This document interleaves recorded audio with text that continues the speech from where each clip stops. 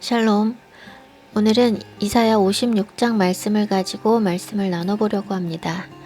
제가 말씀을 암송을 하고 있는데 그 암송하는 말씀도 하나님께서 감동을 주셔서 어떤 말씀을 암송하라는 마음을 주십니다.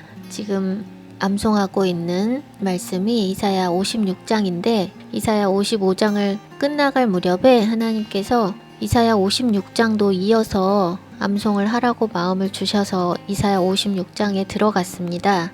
근데 이사야 56장에서 많은 은혜가 되고 있고 한 절 한 절 매일 묵상하고 암송을 하게 되는데 그동안 구원에 관해서 나눴었는데 그것과도 무관하지 않고 너무 큰 은혜가 있어서 이 말씀을 가지고 좀 나누려고 합니다. 제가 먼저 이사야 56장 말씀을 읽어보겠습니다. 이사야 56장 제가 암송한 것이 1절에서 5절까지라서 오늘은 1절에서 5절까지만 보면서 나누려고 하는데 지금 읽는 성경은 제가 수정을 했습니다. 개역 개정도 일부 들어가 있고 흠정역도 일부 들어가 있고 제가 히브리어를 직접 보면서 적절한 번역으로 바꾼 것들이 좀 있어서 여러분들이 보시는 성경이랑 좀 다를 거예요. 이사야 56장 1절에서 5절 여호와께서 이와 같이 말씀하시기를 너희는 정의를 지키며 공의를 행하라. 이는 나의 구원이 가까이 왔고 나의 공의가 나타날 것임이라 하셨도다. 이것을 행하는 사람은 복이 있으며 이것을 굳게 붙잡는 사람의 아들은 복이 있나니 곧 안식일을 지켜 그날을 더럽히지 아니하며 자기 손을 지켜 악을 행하지 아니하는 것이라. 스스로 여호와께 연합한 이방인의 아들은 말하기를 여호와께서 나를 그의 백성 중에서 반드시 갈라내시리라 하지 말며 고자도 말하기를 보라 나는 마른 나무라 하지 말라. 여호와께서 이와 같이 말씀하시기를 나의 안식일을 지키며 내가 기뻐하는 일을 선택하며 나의 언약을 굳게 잡는 고자들에게는 내가 그들에게 내 집에서 내 성벽 안에서 권세를 주고 아들들과 딸들보다 더 좋은 이름을 주며 끊어지지 아니할 영원한 이름을 주리라. 아멘. 제가 이 말씀을 하루하루 한 구절씩 살펴보면서 정말 주님이 얼마나 구원하시기 원하시고 우리에게 다른 조건을 원하시는 것이 아니라 주님께 연합하는 것을 그렇게도 원하신다는 것을 더더욱 깨달았습니다. 하나님께서는 우리를 도우시고 우리에게 감동을 주시고 우리에게 힘을 주시지만 구원은 각자의 몫입니다. 제가 구원에 관해 나눈 메시지에서도 여러 차례 반복을 했지만 이 말씀에서도 구원은 전적으로 자기 자신에게 달린 것임을 증명을 하고 있습니다. 1절에 여호와께서 너희는 정의를 지키며 공의를 행하라. 이는 나의 구원이 가까이 왔고 나의 공의가 나타날 것임이라. 이렇게 말씀하셨는데요. 구원이 가까이 왔고 나의 공의가 나타날 것임이라. 이것과 너희는 정의를 지키며 공의를 행하라. 이것이 무슨 관계가 있을까요? 하나님의 구원이 가까이 왔고 하나님의 공의가 나타난다는 것은 곧 심판이 일어난다는 얘기입니다. 심판과 구원은 동전의 양면입니다. 심판하시는 때에 누군가는 구원을 받고 누군가는 심판의 대상이 됩니다. 하나님께서 오래 참으시기 때문에 죄악이 만연한 땅에 심판을 즉시 행하지 않으시고 기회를 주십니다. 돌이킬 기회를 주시고 기다려 주시고 오래 참고 계신데 구원이 가까이 왔으니 이제 돌이켜서 정의를 지키고 공의를 행하라는 말씀입니다. 하나님의 구원이 가까이 왔을 때 내가 구원의 대상이 되는지 심판의 대상이 되는지는 전적으로 나에게 달려 있겠죠.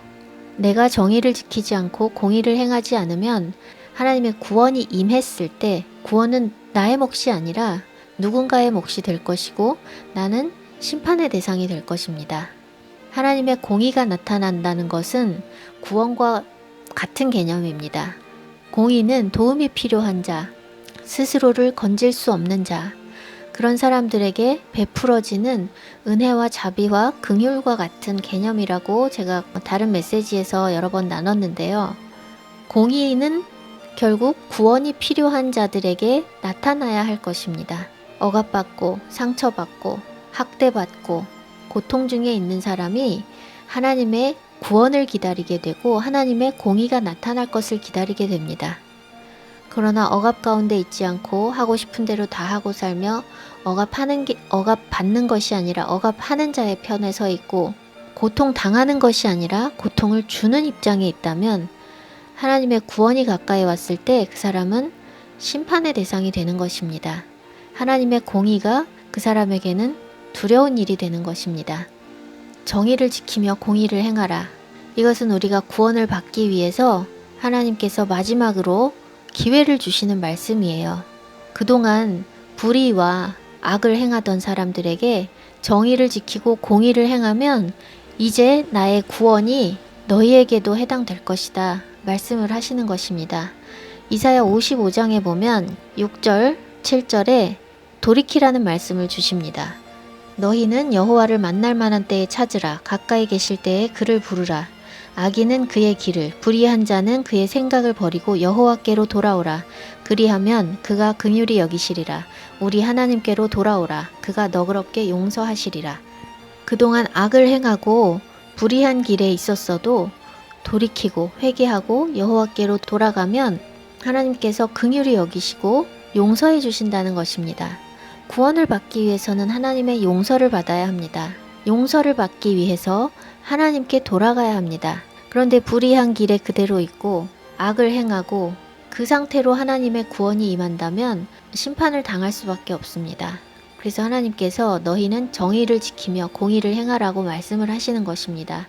정의도 여러 차례 나누었는데 정의는 공평과 공정과 심판이라고도 번역할 수 있는 미슈파트입니다. 세상에서는 정의를 많이 말하고 있습니다. 좌파들의 전유물이었던 정의, 그것이 오늘날 우리 사회를 이렇게 만들었는데요. 많은 사람들이 이 사회의 문제점을 인식하고 있지만 이미 권력이 다 저들에게 넘어간 지금은 우리가 인력으로 할 수 있는 것이 없습니다. 회개하는 것 이외에는 여호와께 돌아가고 주님의 긍휼을 구하는 것 이외에는 다른 방법이 없습니다. 이 모든 것은 우리의 죄악의 열매로 나타난 것이기 때문에 우리 스스로 바꿀 수 있는 것이 아닙니다. 모든 사람이 전 국민이 다 들고 일어난다고 해도 바꿀 수 있는 것이 아닙니다. 죄악의 열매로 나타난 것이기 때문이죠. 이스라엘이 적들의 침입과 어려움을 겪을 때 항상 그들은 죄악 가운데 있었습니다. 그들의 죄로 인해서 하나님께서 심판을 하신 것이기 때문에 전쟁은 항상 여호와께 있습니다. 전쟁은 여호와께 있고 그들이 이기는 길은 회개하고 주님 앞에 잘못했습니다. 주님, 우리가 범죄했습니다. 우리를 용서해 주십시오. 그 죄를 낱낱이 고백하고 돌이키는 것입니다. 그럼 여호와께서 그들을 용서해 주시고 적들을 물리쳐 주셨습니다. 그것이 하나님 나라의 원리입니다. 역사가 말해주듯이 나라가 부강해지는 것은 하나님을 바르게 섬기느냐에 따라서 그 나라에 흥망성쇠가 달려 있습니다. 하나님을 믿는 백성이든 안 믿는 백성이든 불의한 나라는 사라지고 이 땅에서 사라지고 의로운 나라는 영구히 지속되는 것입니다. 이스라엘은 불의로 인해서 약속의 땅에서 쫓겨났지만 하나님께서 그들을 통해서 온 열방에 복을 주시겠다는 언약을 맺었기 때문에 그들과의 언약을 취소하지 않고 수천 년이 지난 뒤에 다시 이스라엘이라는 나라를 건국하게 하시고 없었던 나라가 갑자기 하루아침에 생기는 기적이 일어난 것입니다. 그들은 불의했지만 하나님의 언약 때문에 그렇게 된 것입니다.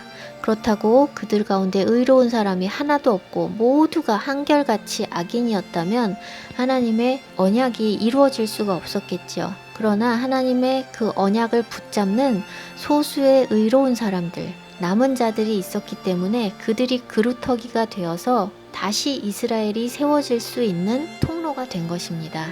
그래서 이 땅에는 정의를 외치는 사람들이 많이 있지만 세상에서 외쳐지는 정의와 하나님 나라의 정의는 완전히 다른 것입니다. 정의를 내세우는 사람들은 정의를 앞에 내세우긴 하지만 그 뒤에는 시커먼 속을 숨기고 있는 것입니다. 그들의 목적은 따로 있고 정의를 내세워야 사람들이 속아서 따라올 것이기 때문에 정의, 평화, 약자를 보호하고 인권을 보호하고 소수자를 보호한다. 이런 구호를 가지고 그들은 사람을 속여왔습니다. 대한민국뿐만 아니라 전 세계의 좌파들의 동일한 전략입니다. 세상이 외치는 정의는 정의가 아닙니다. 그들은 우리가 지금 보고 있다시피 이중잣대, 내로남불, 자기가 하면 선이고 남이 하면 악입니다. 그러나 그들만 공정하지 못하고 공평하지 못하고 불의한 것이 아니라 사람은 누구나 그렇습니다. 사람은 하나님께 붙어 있지 않고 하나님께서 우리를 주장하시도록 주권을 드리지 않으면 권세를 갖고 힘을 갖고 돈을 가지고 있으면 누구든 정의의 이름으로 불의를 행합니다. 따라서 기독교인이라고 모두가 다 구원받을 정의로운 공의로운 사람들이 아니라는 것을 우리는 깨달아야 합니다. 우리 자신의 모습 속에서도 우리가 얼마나 공정하지 못하고 공평하지 못하고 내 기준으로 똑같지 않은 저울추를 가지고 판단을 하는지 우리 자신만 봐도 알 수 있습니다. 우리에게 힘이 없어서 우리가 더 큰 악을 행하지 않았을 뿐이지 모든 사람이 권력을 가지면 똑같이 부패할 수밖에 없습니다. 권력을 가지고 부패하지 않을 수 있는 사람은 주님을 굳게 붙잡는 사람뿐입니다. 많은 목회자들이 재정 문제로 떨어져 나가고 여자 문제로 떨어져 나가고 그것은 한순간에 일어날 수 있는 일이 아닙니다. 그런 범죄를 행할 수 있었던 것은 그 이전부터 타협이 있어 왔기 때문에 넘어지는 것이지 하나님과 꾸준히 소통하고 주님 안에서 말씀을 지키며 거룩한 생활을 하던 사람은 갑작스럽게 큰 죄를 순간에 저지를 수가 없습니다. 조금 타협을 해야 큰 죄를 범할 수 있는 것이지 거룩하게 살던 사람이 하루아침에 갑자기 큰 죄를 범할 수는 없습니다. 목회자들의 음란과 돈을 사랑함은 세상에 속한 불신자들보다 못하지 않습니다. 위장하고 있기 때문에 드러나지 않을 뿐입니다. 사람들은 속일 수 있으나 하나님은 속이지 못합니다. 실제로 음란을 행하지 않더라도 하나님의 영광을 취하는 것만으로도 그들은 음행을 하고 있는 것입니다. 늘 가르치고 전하는 입장에 서 있는 사람은 사람들이 우러러 볼 수밖에 없는 위치에 있는 것입니다. 만일에 성도가 하나님과 교제를 하지 않고 목사님의 말만 듣고 살았다면 목사님을 우상숭배하고 목사님을 은밀하게 좋아할 수 있습니다. 그래서 오늘날 여자 성도들과 목사님과의 불륜이 너무나 많이 일어나고 있습니다. 우리나라뿐 아니라 미국은 엄청나게 심각하고 다른 어느 나라도 마찬가지입니다. 하나님의 말씀을 전하는 사람과 그것을 듣는 사람이 음행을 행할 수 있다는 것은 이미 영적으로 음행을 했기 때문에 그런 육적인 음란이 나올 수밖에 없는 것입니다. 실제로 성경에서 음행은 더 많이 사용된 것이 하나님 아닌 다른 신을 섬기는 것을 음행이라고 표현하셨습니다. 음란입니다. 영적인 음란은 결국 육적인 음란으로 갈 수밖에 없습니다. 하나님을 사랑하지 않고 다른 것을 더 사랑하는 것은 분명한 음행입니다. 오늘날 교회의 가장 큰 문제가 그런 음행이 교회마다 일어나고 있다는 것입니다. 하나님을 섬겨야 하는 교회에서 목사님을 섬기고 있고 목사가 하나님이 되어서 성도들과 영적인 음란을 행하고 있는 것입니다. 제가 한 교회에만 속해 있었던 것이 아니라 이곳저곳을 떠돌며 해외에서 생활도 많이 하고 많은 사람들을 접하고 경험하는 가운데 정말 상상조차 할 수 없는 일들이 하나님의 교회 가운데에서 하나님의 종들이라고 하는 사람들 가운데서 일어나고 있는 것들을 많이 보았습니다. 심판받아 마땅한 교회입니다. 제가 지난 시간에 구원받았다는 착각에서 깨어나십시오라는 주제를 나누면서 하나님을 사랑해야 계명을 지킬 수 있다고 말씀을 드렸습니다. 행위를 먼저 하는 것이 의롭게 만들 수 없고 하나님을 사랑하면 계명을 지킬 수밖에 없고 주님의 말씀을 따를 수밖에 없다고 말씀을 드렸습니다. 하나님을 사랑하는데 하나님의 말씀을 우습게 여긴다는 것은 말이 안 됩니다. 하나님을 사랑한다면 지키지 말라고 해도 때려 죽인다고 해도 하나님의 말씀을 지킬 수밖에 없습니다. 사랑하기 때문에 지키는 것이 율법을 바르게 지키는 것이라고 제가 말씀을 나눴습니다. 그런데 사랑이 어떻게 생길까요? 하나님을 도대체 어떻게 사랑할 수가 있을까요? 우리는 그분을 볼 수가 없고 그분은 우리를 다 아시지만 우리는 그분을 잘 모릅니다. 주님께서 우리에게 자신을 계시해 주시지 않으면 우리는 알 수가 없습니다. 그런데 어떻게 사랑해야 할까요? 하나님을 사랑하는 길은 하나님을 아는 길밖에 없습니다. 사람들 간에 연애를 할 때도 마찬가지로 교제가 없이 서로 알아가는 것 없이 사랑이 싹 틀 수가 없습니다. 첫눈에 반했다 이런 건 사랑이 아니고 참 사랑은 알아갈수록 사랑이 생기는 것입니다. 우리 모두는 상처를 안고 살아가는데요. 그 상처로 인해서 우리 안에 있는 그 비어있는 마음, 아픈 마음의 그 공허한 그 부분을 각 사람들이 채우는 방식이 다릅니다. 영적인 빈 공간을 혼적인 것, 육적인 것으로 채울 방법이 없습니다. 잊을 수는 있습니다. 고통을 잊을 수는 있어요. 상처로 인한 아픔과 외로움과 거절감과 수치심과 이런 것들을 다른 방법으로 잊으려고 애를 쓸 수는 있습니다. 그러나 근본적으로 잊을 수도 없을 뿐만 아니라 치료할 수도 없고 결국에는 직면해야 합니다.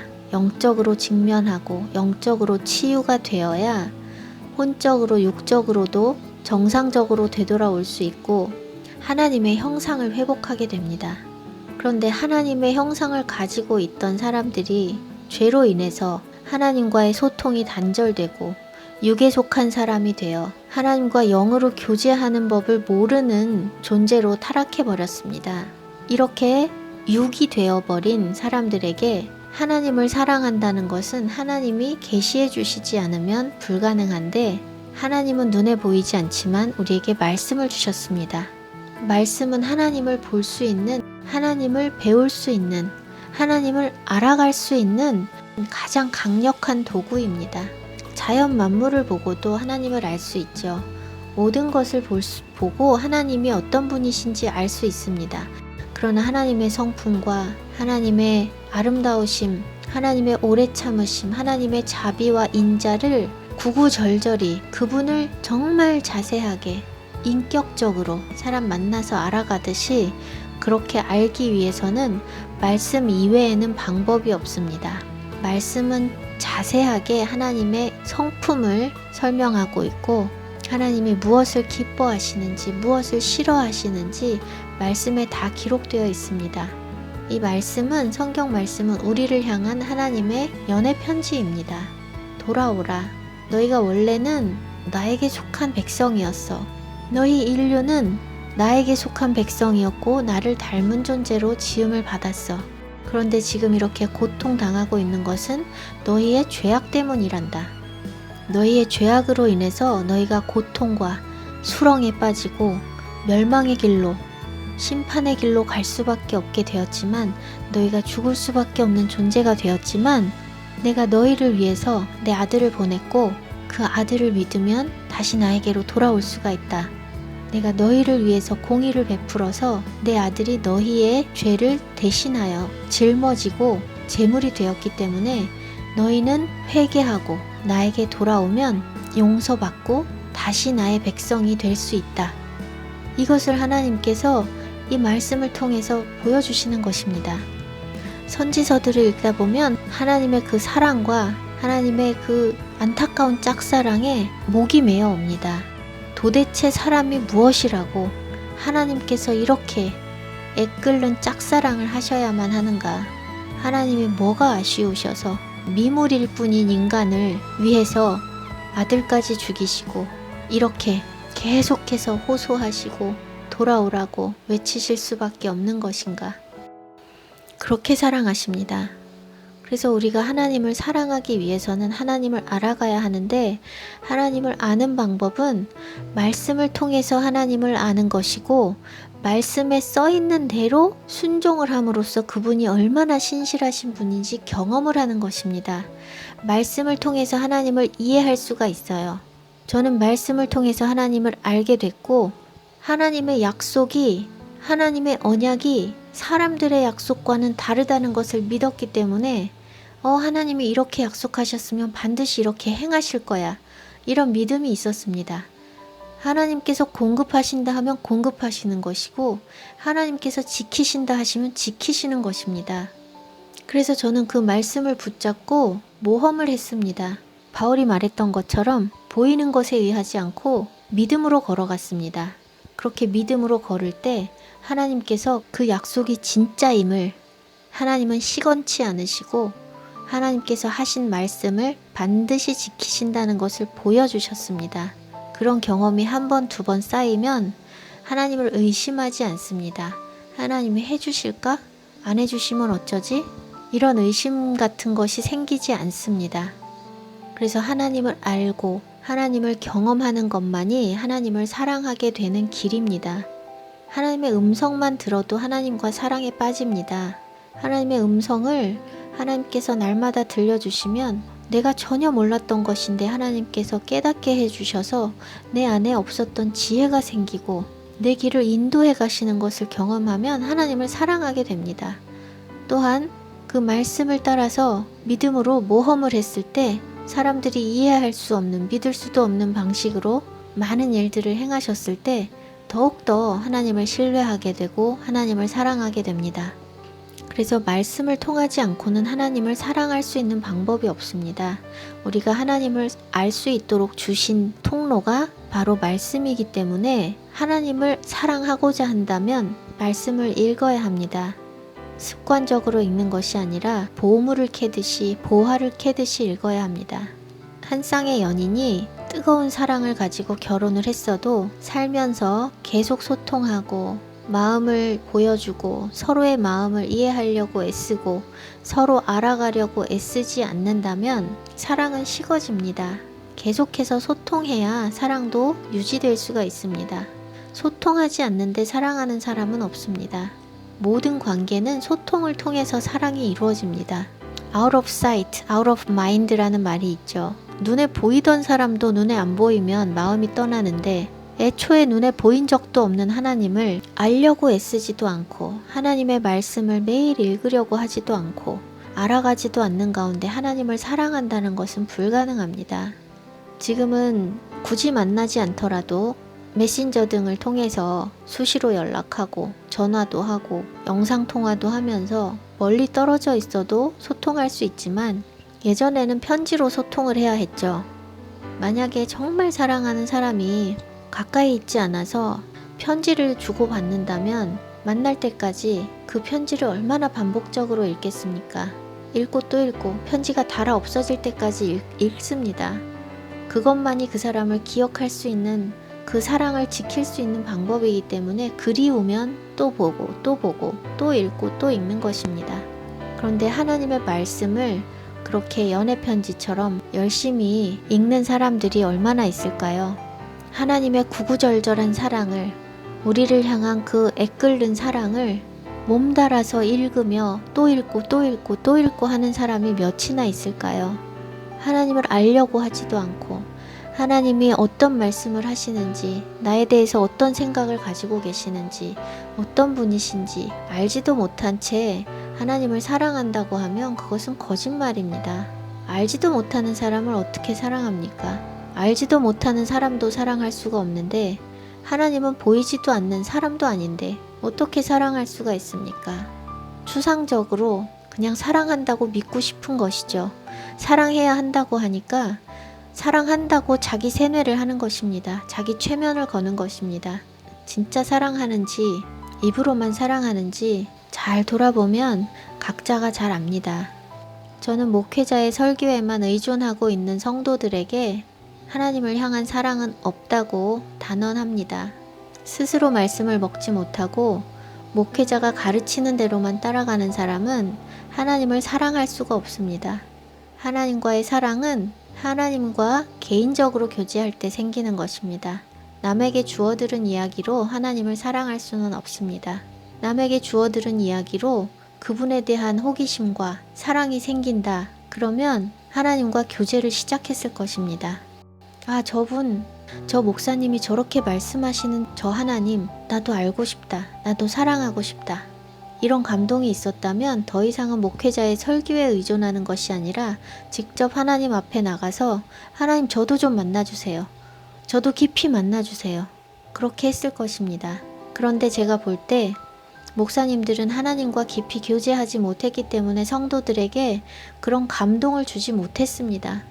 하나님과 교제하면 얼마나 기쁨이 있고 얼마나 놀라운 일들이 있는지 성도들에게 나도 저렇게 하고 싶다. 나도 하나님과 저렇게 교제하고 싶다. 이런 열망을 불러일으키지 못한 것입니다.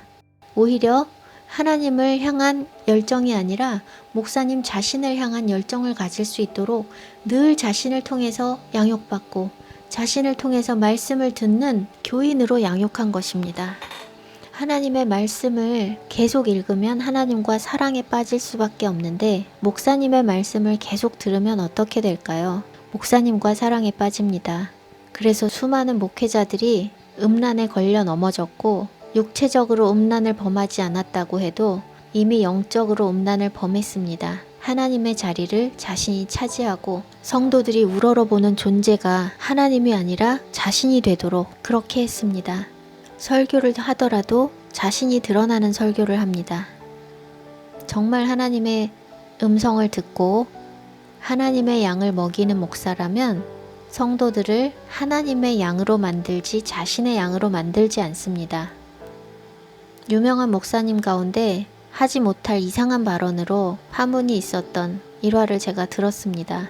더 놀라운 것은 그런 말을 듣고 그 자리에 있는 가르침을 받고 있던 수많은 목사들 중에 반대하거나 비판한 사람이 없다는 것이죠.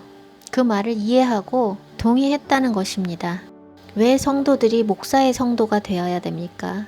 성도들은 하나님의 성도가 되어야지 목사님의 성도가 되는 것이 아닙니다. 왜 성도들이 목사님의 말을 들어야 됩니까?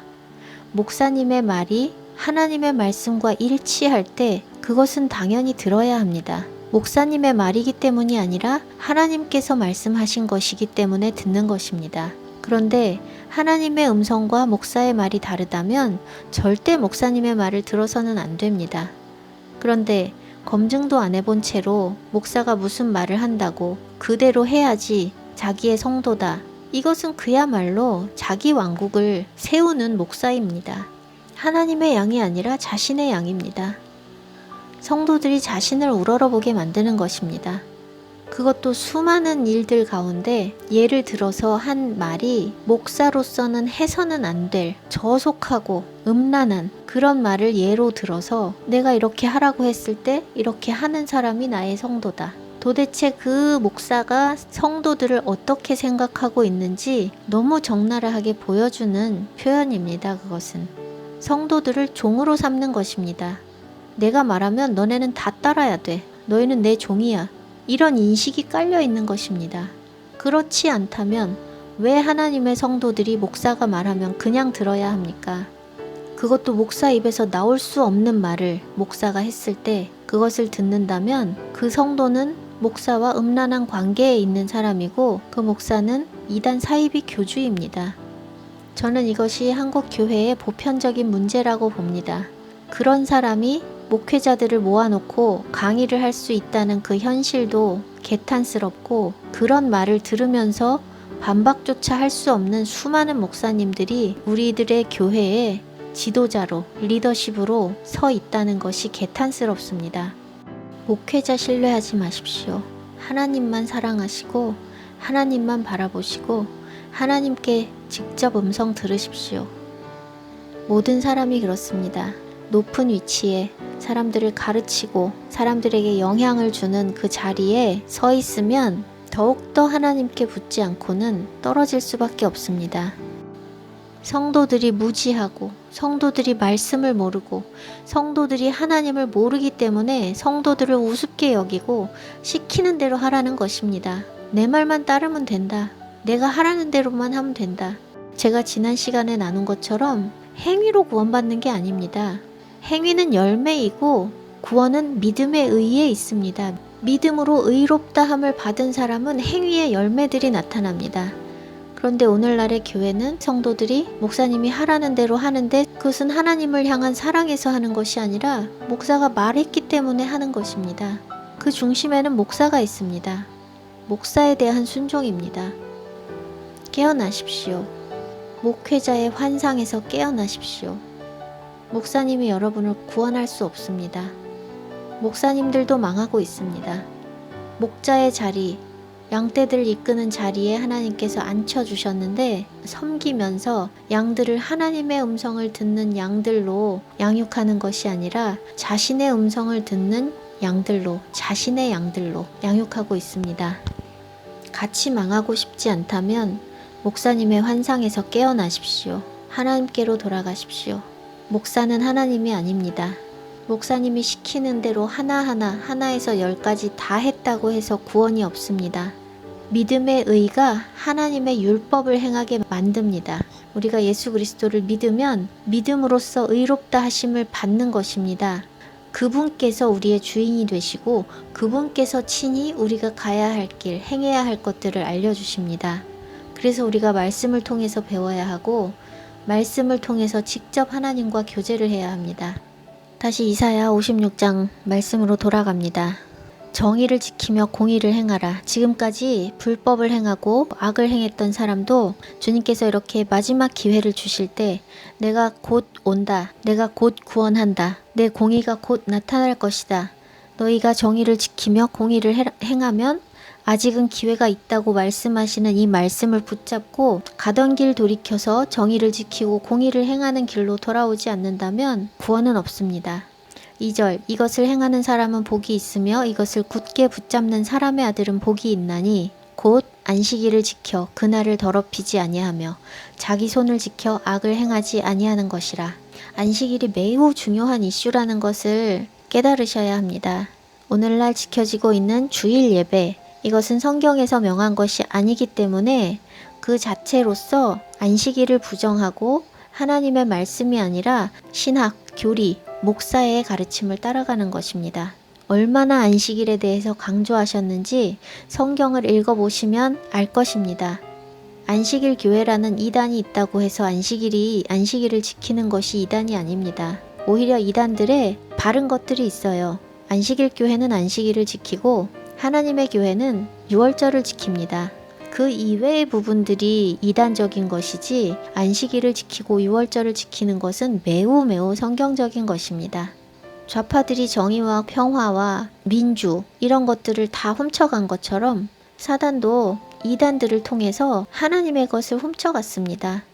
안식일 지키는 것, 절기 유월절 지키는 것, 이거 다 성경적인 것입니다. 성경에 명하고 있는 것은 지켜야 하는 것입니다. 그런데 교회에서는 성경대로 지키는 게 거의 없습니다. 제가 너무 레디컬하게 얘기하지 않기 위해서 거의라고 말을 하는데 솔직히 말해서 교회에서 성경대로 지키는 것을 찾아볼 수가 없어요.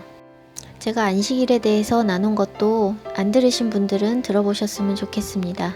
안식일을 지켜 그날을 더럽히지 아니하며 자기 손을 지켜 악을 행하지 아니하는 것이라. 자기 손을 지켜 악을 행하지 아니하는 것. 제가 하나님의 인과 짐승의 표에서 나눈 말씀이 있는데 그것도 시간이 되시면 들어보시면 좋겠습니다. 우리 손은 악을 행하거나 선을 행할 수 있는 직접적인 지체입니다. 이마의 표는 우리가 누구를 섬기느냐, 우리의 영과 혼으로 누구를 섬기느냐의 문제이고 손은 행위를 말하는 것입니다. 그래서 짐승의 표든 하나님의 인이든 이마와 손에 그 표가 새겨지는 것입니다. 이마에는 하나님의 인이 있는데 손으로는 사단의 악을 행한다. 이것은 불가능한 거죠. 하나님을 섬기는 표가 이마에 있다면 손으로 행하는 행위는 반드시 하나님이 기뻐하시는 행위여야 합니다. 그것은 자연스러운 열매입니다. 사람이 생각하는 것이 행위로 나오기 때문입니다. 그래서 이마의 표가 어떤 것인가, 하나님의 표인가, 사단의 표인가, 그것에 따라서 우리의 손의 행위가 선한 행위인지 악한 행위인지 그것이 결정됩니다. 3절 스스로 여호와께 연합한 이방인의 아들은 말하기를 여호와께서 나를 그의 백성 중에서 반드시 갈라내시리라 하지 말며 고자도 말하기를 보라 나는 마른 나무라 하지 말라. 제가 가장 은혜 받았던 말씀인데요. 스스로 여호와께 연합한 이방인의 아들.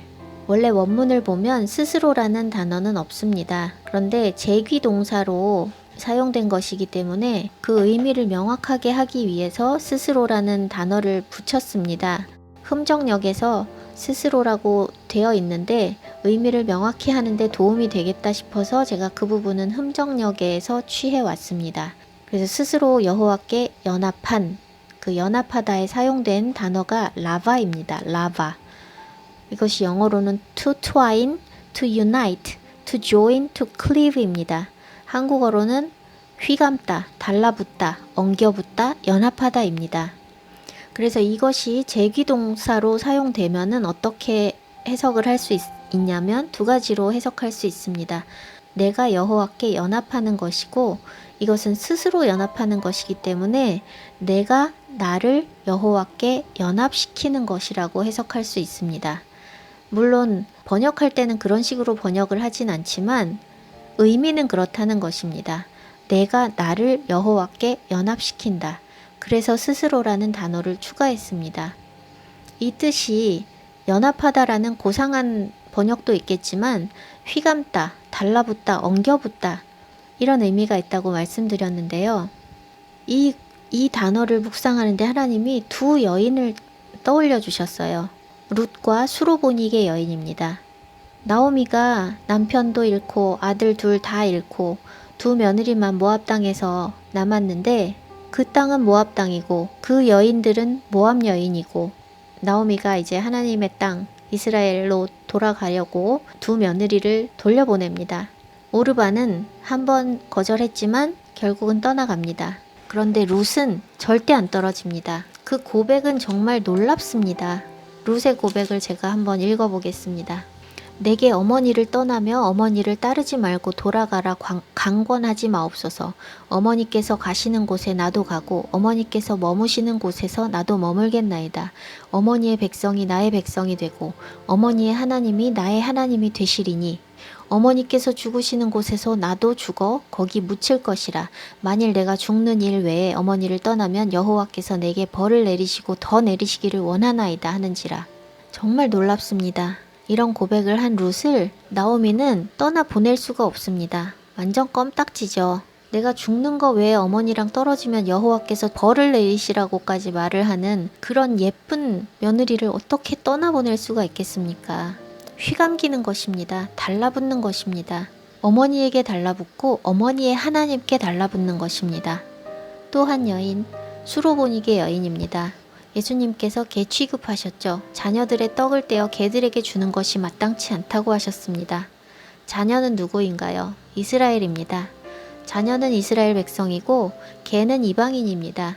우리 이방인들은 개였습니다. 선택받은 이스라엘은 자녀였고 하나님을 섬기지 않는 하나님을 모르는 백성들은 개로 취급된 것입니다. 그런데 수로보닉의 여인이 뭐라고 말했죠? 개들도 주인의 상에서 떨어지는 부스러기를 먹나이다. 자신이 개 취급받은 것은 개의치 않습니다. 그래요, 저 개 맞아요. 저 개 맞는데 어쨌든 주님의 개예요.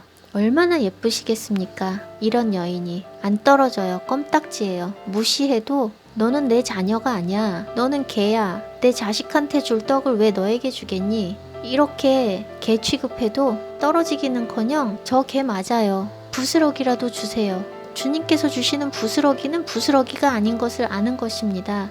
이렇게 껌딱지처럼 주님께 휘감기는 것입니다. 이것이 바로 여호와께 연합하는 것의 의미입니다. 휘감는다는 것은 잡고 있다가 쉽게 떨어질 수 있는 그런 상태가 아닙니다.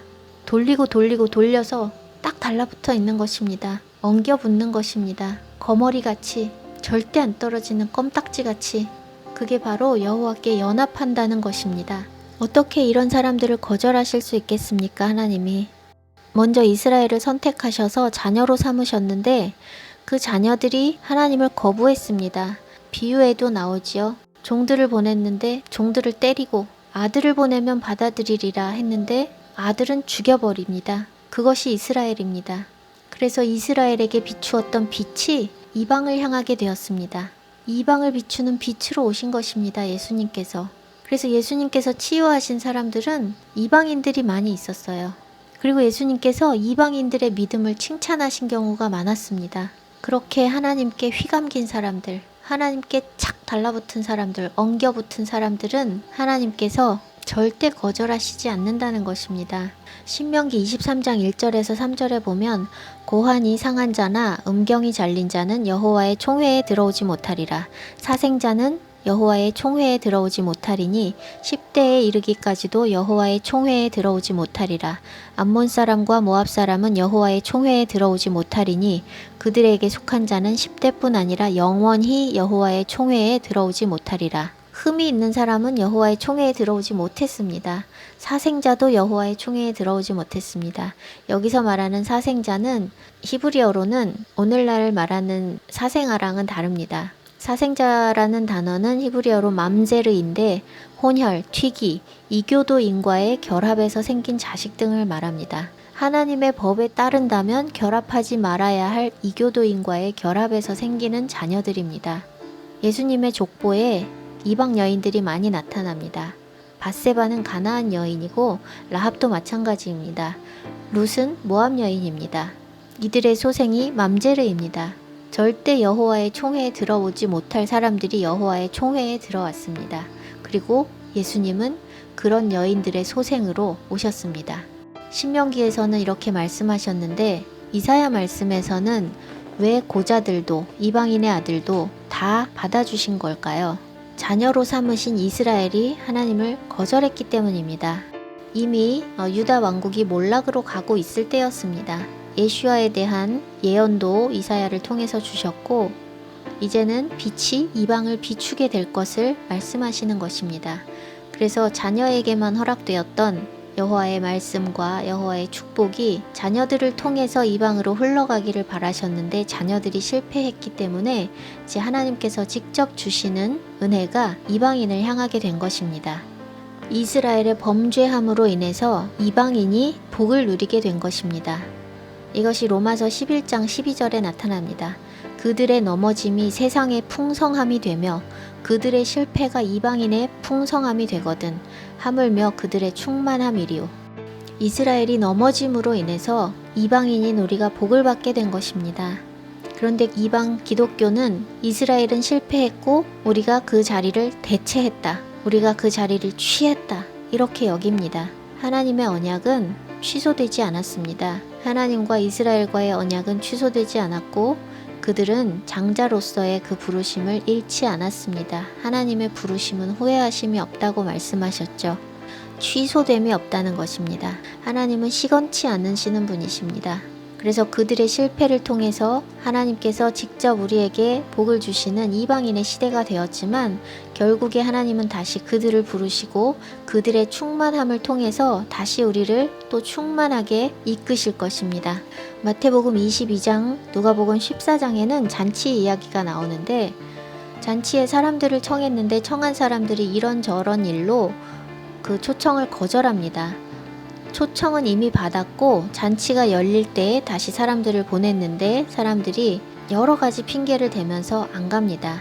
그때 주인은 화가 나서 종을 시켜 거리에서 가난한 자들과 몸 불편한 자들과 맹인들과 저는 자들을 데려오라고 합니다.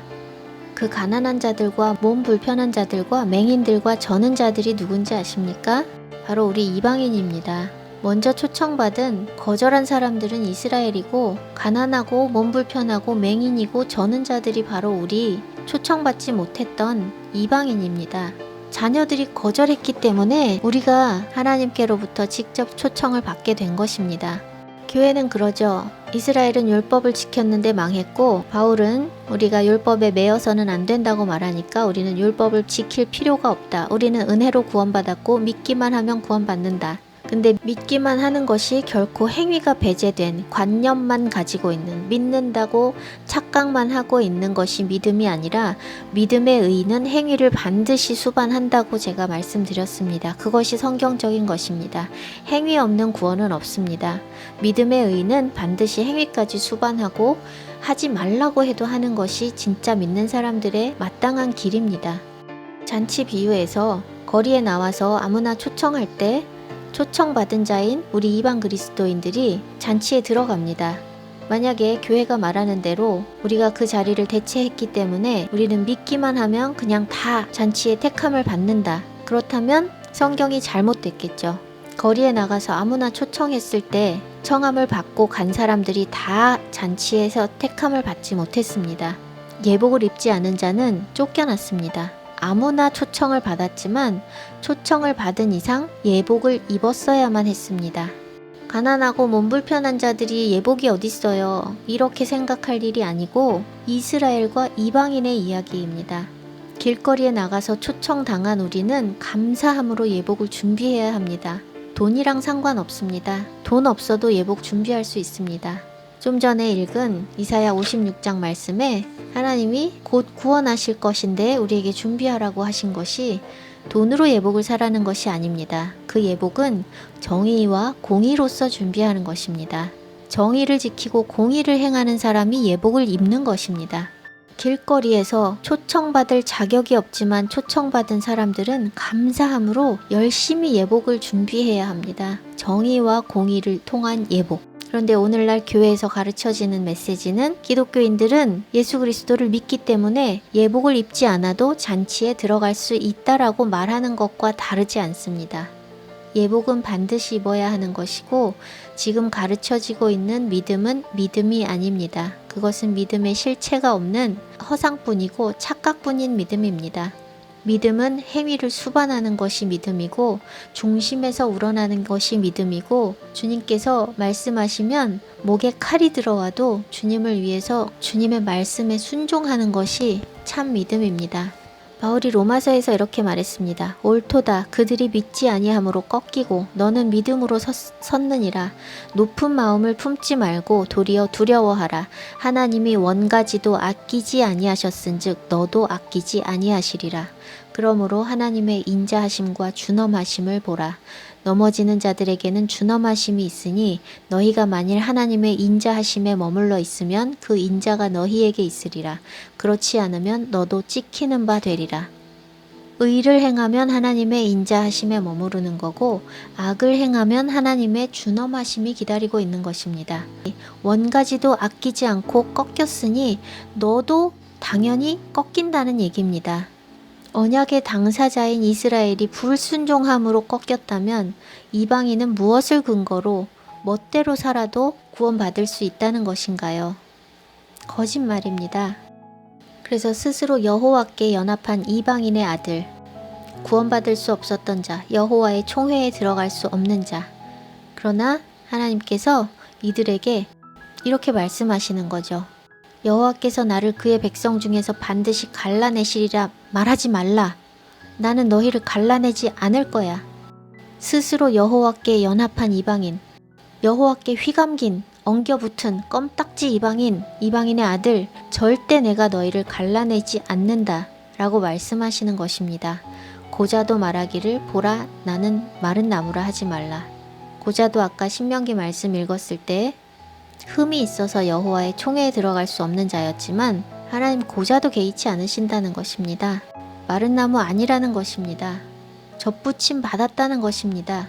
땅바닥에 떨어진 마른 나무가 아니라 접붙여졌으니 너는 이제 원가지와 똑같이 하나님께 속했다는 것입니다. 4절 여호와께서 이와 같이 말씀하시기를 나의 안식일을 지키며 내가 기뻐하는 일을 선택하며 나의 언약을 굳게 잡는 고자들에게는 5절 내가 그들에게 내 집에서 내 성벽 안에서 권세를 주고 아들들과 딸들보다 더 좋은 이름을 주며 끊어지지 아니할 영원한 이름을 주리라. 여기서 또 안식일이 나옵니다. 안식일을 지키라고 말씀하십니다. 명령입니다. 명령이지만 행위로만 하라는 것이 아니라 하나님이 왜 안식일을 주셨는지 이해해야 하고 하나님을 사랑하면 안식일을 지키게 됩니다. 또 내가 기뻐하는 일을 선택하고 나의 언약을 굳게 잡는 고자들, 구원에 해당되지 않았던 여호와의 총회에 여호와의 백성에 해당되지 않았던 사람이지만 안식일을 지키고 하나님께서 기뻐하시는 일을 선택하고 그의 언약을 굳게 잡는 사람들은 고자라도 상관이 없고 이방인의 아들이라도 상관이 없다는 것입니다. 내가 그들에게 내 집에서 내 성벽 안에서 권세를 주고, 이 권세를 주고는 개역 개정에서는 기념물이라고 번역을 했고 흠정역에서는 처소라고 번역을 했습니다. 근데 여기 사용된 단어는 야드입니다. 손입니다. 손. 직접적인 의미는 손인데 기념물이라는 번역과 처소라는 번역이 나와서 어떻게 해서 이런 번역이 나왔을까 다른 구절들을 봐도 이 야드가 그런 식으로 번역이 된 것을 제가 찾지를 못했는데, 묵상하는 가운데 이 야드가 파워라는 마음이 들었어요. 강하게. 하나님께서 손과 팔을 파워, 힘과 능력으로 상징해서 표현하신 게 많이 있습니다. 시편 18편 34절에 내 손을 가르쳐 싸우게 하시니 내 팔이 놋화를 당기도다. 시편 89편 21절 내 손이 그와 함께하여 견고하게 하고 내 팔이 그를 힘이 있게 하리로다. 이사야 51장 5절 내 공의가 가깝고 내 구원이 나갔은즉 내 팔이 만민을 심판하리니 섬들이 나를 앙망하여 내 팔에 의지하리라. 여기서 손과 팔이 같이 나오는데 팔은 제로아입니다. 여호와의 팔은 능력과 힘을 나타냅니다. 권세를 나타냅니다. 손도 그와 함께 힘과 능력을 표현하는 말로 사용이 되는데, 야드라는 것은 손만 의미하는 것이 아니라 팔까지 의미하기 때문에 제로와랑 마찬가지 의미입니다. 그래서 파워라는 뜻이 적합한데 Jewish Complete Bible이라는 것을 찾아봤더니 놀랍게 거기에 파워라고 번역이 되어 있었습니다. 그리고 파워를 어떤 것으로, 어떤 단어로 한국어로 번역을 하느냐 가지고 고민을 했을 때 하나님이 권세라는 단어가 적합하다는 마음을 주셨습니다. 그래서 내가 그들에게 내 집에서 내 성벽 안에서 권세를 주고, 다른 번역본이랑 다르게 권세를 주고로 과감하게 고쳤습니다. 아들들과 딸들보다 더 좋은 이름을 주며 끊어지지 아니할 영원한 이름을 주리라. 아들들과 딸들이 누굴까요? 아들들과 딸들은 이스라엘 자녀들을 말하는 것입니다. 하나님의 원래 선택하신 자녀들, 여호와의 총회에 들어올 수 없었던 고자들과 이방인의 아들도 하나님을 굳게 붙잡고 엉겨붙고 껌딱지같이 하나님께 연합하는 사람들은 자녀들보다, 이스라엘 원가지보다 더 좋은 이름을 주신다는 것입니다. 이것이 우리 하나님입니다. 타고난 조건이나 우리의 외모를 보시는 것이 아니라 우리가 하나님께 연합하느냐 안 하느냐, 우리가 하나님만 붙잡고 물고 늘어지고 절대 떨어질 수 없는 껌딱지가 되느냐 안 되느냐, 하나님 그것을 보십니다. 정말 사랑하는 사람은, 정말 하나님을 사랑하는 사람은 하나님께서 떨어져 나가라고 탁탁 털어도 절대 떨어지지 않습니다. 예수님께서 해보셨고 나오미가 해봤습니다. 안 떨어져 나갑니다. 마음이 굳게 정해진 사람은 떼어내려야 떼어낼 수가 없습니다. 우리가 그런 사람들이 되기를 원합니다. 우리는 이방인이고 개였습니다. 고자였고 마른 나무였고 이방인의 아들 맘제르였습니다. 또한 거리에 있는 사람들이었습니다. 눈 멀고 다리 절고 가난하고 불쌍한 자들, 그런 사람들이 바로 우리입니다. 그런데 하나님이 이스라엘의 넘어짐으로 우리를 초청하셨고 우리에게 길을 열어주셨습니다. 길거리에 있었던 우리를, 개와 같은 우리를 혼인잔치에 초청하셨습니다. 원래 초청받은 사람들은 초청에 응하지 않아서 떨어져 나갔고, 이방인들은 예복을 안 입어서 떨어져 나갔습니다. 예복을 입어야만 합니다. 그리고 그 예복은 정의와 공의라고 말씀드렸습니다. 그래서 하나님께서 우리에게 요구하시는 것은 라바, 하나님께 연합하는 것입니다. 고상한 표현보다 저는 휘감기고 엉겨붙는다는 이 말이, 이 표현이 너무나 마음에 듭니다. 우리가 그렇게 하나님께 엉겨붙어서 하나님께 휘감겨서 떨궈내려고 해도 떨궈내지지 않는 껌딱지 같은 그런 이방 그리스도인이 되면 좋겠습니다. 기도합니다. 하나님, 우리에게 길거리에 있던 불쌍한 존재들인 우리에게 복음을 주시고 우리를 혼인잔치에 초청해 주셔서 감사합니다. 초청받았으니 가면 무조건 택함 받으리라는 착각에서 벗어나게 해주시고 그 초청에 감사하며 예복을 준비하게 해주십시오. 우리가 가지고 있지 않은 어떤 것을 요구하시는 것이 아니라 그저 여호와 하나님께, 예슈아께 휘감기고 엉겨붙고 주님의 그 말씀을, 그 언약을 굳게 붙잡고 안식일을 지키고 여호와를 사랑해서 주님의 율법을 지키는, 그것이 우리가 가야 할 길임을 깨닫게 해주십시오. 나태해지지 않게 해주시고 주신 은혜에, 초청해 주신 그 은혜에 감사하면서 감사함으로 주님께 사랑으로 보답할 수 있게 해주십시오. 우리 안에 사랑이 일어나기를 원합니다. 주님을 향한 갈망이 솟아나기를 원합니다. 설교 듣는다고 사랑이 생기는 것이 아님을 깨닫게 해주십시오. 주님과의 개인적인 교제를 통해서 주님을 더욱 알아가고 주님을 경험하고 주님과 보내는 그 시간들을 통해서 주님과의 사랑이 싹트고 그 사랑이 깊어져감을 깨닫게 해주십시오. 그래서 주님께서 우리를 위해서 목숨을 버리신 것처럼 우리도 우리의 목숨을 들여서 우리의 생명을 들여서 주님을 사랑할 수 있도록 그렇게 우리를 이끌어 주십시오. 주님만 높임받기 합당하십니다. 이 땅의 어떤 존재도 어떤 사람도 어떤 조직도 어떤 단체도 주님을 대체하지 않게 해주시고 주님보다 높아지지 않게 해주시고 주님 대신 숭배하는 대상이 되지 않게 해주십시오. 속지 않게 해주십시오. 미혹이 무성한 이 땅 가운데 오로지 주님께만 붙어있게 해주십시오. 사람의 메시지에 현혹되지 않고 주님의 말씀에만 신뢰를 두고 주님의 말씀만 굳게 붙잡는 우리가 될 수 있도록 주님 그렇게 이끌어 주십시오. 감사합니다. 우리를 통해 찬양 받으시고 영광 받기 합당하신 예수와의 이름으로 기도합니다. 아멘.